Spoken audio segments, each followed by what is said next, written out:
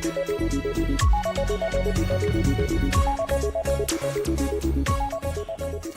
afternoon. This is News Now. My name is Stanley, Nyarigita, here to update you on what is happening in the country and beyond. First off, we start with President William Ruto has moved to calm criticism over his administration's handling of the health sector, following remarks by former President Uhuru Kenyatta that sparked national debate. Speaking at the launch of Uma University in Kajiado, Ruto adopted a conciliatory tone, acknowledging Uhuru's Linda Mama initiative as the foundation of maternal care. He emphasized that his government has expanded it into the Linda Jamii program, now covering prenatal, delivery and postnatal services for expectant mothers.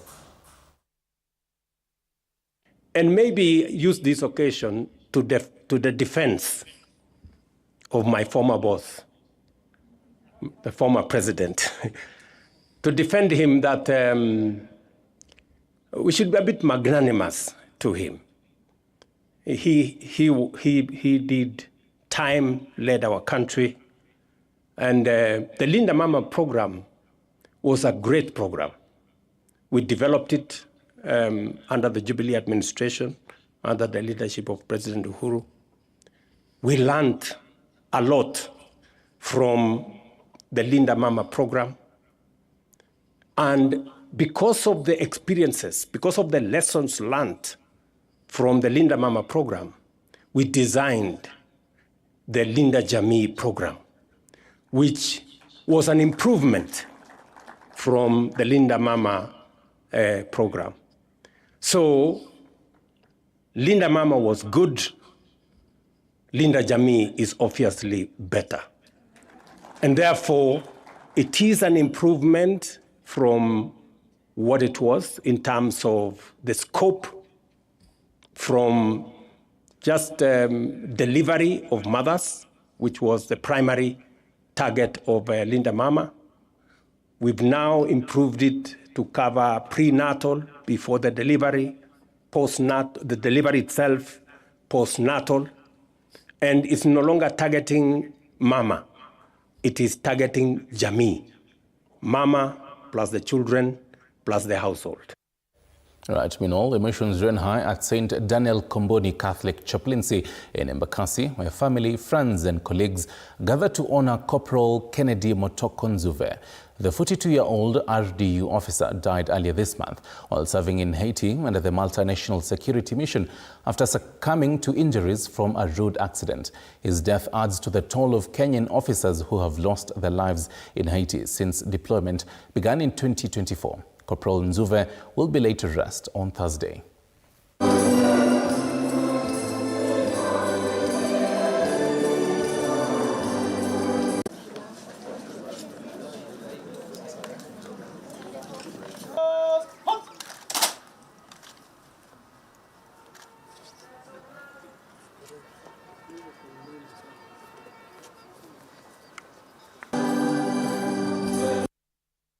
And the Health Union Caucus has issued a 7-day strike notice threatening a nationwide shutdown of services in solidarity with the colleagues in Kiambu County. The county has faced paralysis for 126 days, forcing the redeployment of more than 700 health workers. Union leaders have accused the Kiambu County government of ignoring the crisis, urging President William Ruto to intervene before demonstrations escalate into a national strike. As we've said, from next week, we're going to have a series of demonstrations to dramatize our frustrations, to join the people of Kiambu, to say that the power relies on them, that one individual that is born like all of us should not make life so difficult for everybody, that people continue dying and suffering. Because if the governor is the problem, the governor should go. As from next week, tutamuonyesha kile kiliuma, kile kilikula nini, kile kilikula fisi. We're actually coming to Kiambu in full throttle, and we'll be there na tutapiga kambi hapo mpaka kama atatoka kwa ofisi tutamtoa kwa ofisi. Matangi wa Matiangi, wherever it is, ameamua atasimamisha kukata ile rutuva, hela ndogo ambayo inakatiwa union. Na ni sheria, si kwa kupenda kwake, aliipata ikiwepo. So we need to agree, if the counties feel that they cannot be able to handle the health function, then I think it's time that they agree with us that we can have a health service commission. And some diplomacy talks. Kenya has taken a bold step to deepen its economic ties with China, with Prime Cabinet Secretary Musalia Mudavadi revealing that a delegation has already been dispatched to Beijing to advance free trade discussions. Speaking during celebrations to mark the 76th anniversary of the founding of the People's Republic of China, Mudavadi and Chinese ambassador to Kenya, Guo Haiyan, reaffirmed their commitment to strengthening trade relations. Mudavadi underscored the need for African nations to embrace opportunities that come with free trade agreements, while Ambassador Guo emphasized China's continued role in supporting Kenya's and Africa's overall growth through strong development partnerships. This year marks a new chapter of continuity and new progress in our bilateral relations. Since the establishment of diplomatic ties, we two nations have respected and supported each other. We have built our cooperation under the Belt and Road Initiative, a hallmark of bilateral relations. We have steadily deepened our all-round strategic cooperative partnership. The Chinese people will never forget that. We are seeing a lot of volatility in the trading arena. So if African countries, and I think one has already concluded, Kenya may be perhaps the next one, we believe that Africa requires predictable, reliable, consistent trade arrangements with its partners.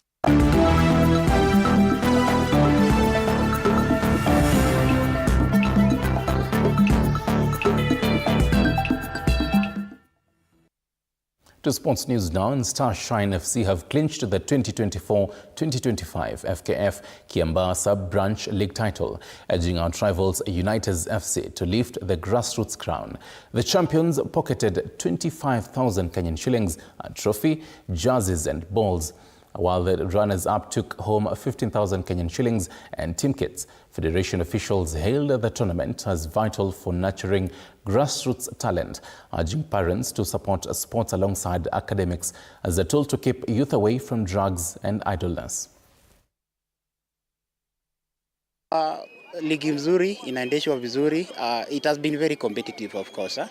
Na ukiangalia teams zimekuja mingi sana Kiambaa, kutoka Kiambu zimekuwa mingi. Total tumekuwa team 22 na tumemaliza tukiwa number 2, and now we are promoted to County League. Community, the need of fighting drugs, the need of looking for opportunity for these boys to not only play football but even opportunities to work. We are going to make this better coming season with more resources and looking for more corporates to come here and join with the Kiambaa Football Federation so that we make our sub-branch among the best sub-branch in Kiambu and also in our country. And across the borders, David Moyes' Everton were forced to settle for 1-1 draw at home against West Ham after failing to capitalize on their chances in Son Stadium. English defender Michael Keane headed the Toffees into the lead after just 18 minutes before Jarrod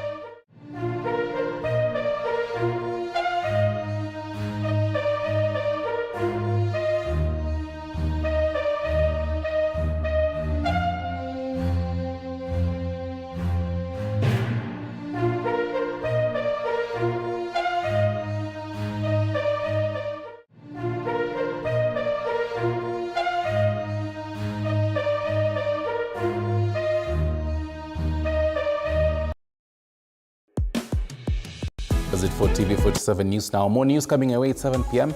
and at 9 p.m. And also something very important that you should tune in for, your monthly dose of Kikao. Now, the civic voter registration, the continuous voter registration is on day 2 today. But what is the space of the young people? You as a young people, are you taking your vote? Are you actually interested in registering as a vote? Tonight, we engage policymakers as well as young people in this whole process, and just to understand the youth, will they actually turn up for 2027? Starting at 7 p.m. on our terrestrial as well as our digital. Keep it right here at your number one home of Untold Stories with yours truly, Stanley Nyarigita, Elizabeth Mutuku, as well as Victor Muyakane. Have a good afternoon.